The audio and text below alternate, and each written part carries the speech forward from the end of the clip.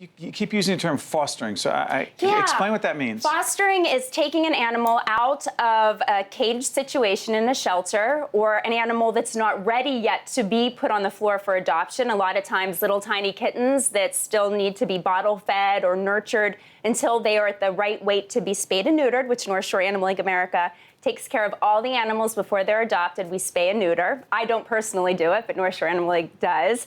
So they're animals with special needs who need to be nurtured, who need to get better before they are ready for adoption. So a lot of times, though, there are animals sitting in cages at shelters that are depressed or sickly, and they need some loving before they're ready for their forever homes.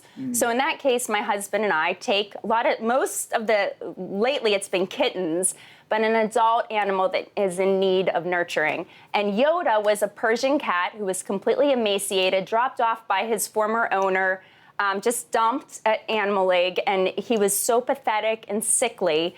And he was sitting in the back of his cage at North Shore, and I pointed at him and I said, "You're going to come home with us, and we're going to make you a rock star," because of my husband being on the radio. He talks about our fosters and makes them rock stars, and that's when the applications come pouring in. So I brought home this cat, and my husband names every animal that comes through our door, and Howard names them? Everyone, and we've fostered over 160 animals over the last couple of years.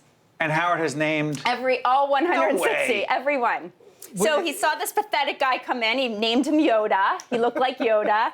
And I took him to the vet, and the vet told me that he had 3 to 6 months to live. He was in heart failure. So that was the day that my husband and I decided to stop fostering him and adopt him officially so he could live out his last breath in our home.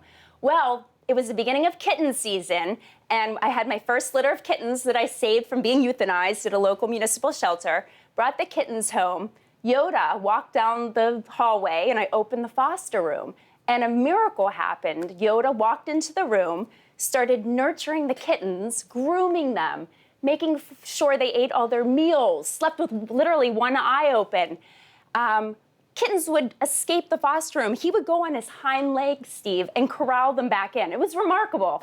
And over the course of the few months that I was fostering kittens, I took Yoda back to the vet, and the vet said that his heart was getting stronger.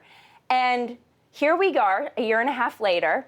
Yoda's still with us. He's off of all of his heart meds. Fine. I truly believe that love and purpose healed his heart, and that was a message that I wanted to share to children.